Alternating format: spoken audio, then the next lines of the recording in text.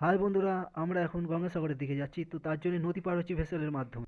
আর তোমরা দেখতে পাচ্ছ পাখিগুলো কিরকম হাওয়াতে উঠছে আর জলেতেও ভাসছে।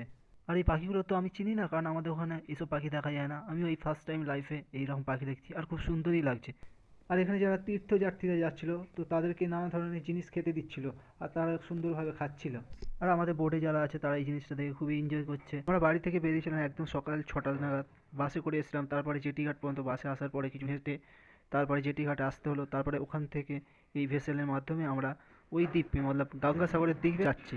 তো তার যাওয়ার পথেই এই সব দৃশ্য দেখছি, চোখে পড়ছে, আর আমাদের খুবই এনজয় লাগছে। গঙ্গাসাগর পৌঁছাতে ভেসেলের আরও হয়তো 25 থেকে 30 মিনিট পর্যন্ত লাগতে পারে। তো দেখা যাক কতক্ষণে পৌঁছায়। তো ততক্ষণ এই পাখিগুলো দেখে টাইম পাস করা যাক।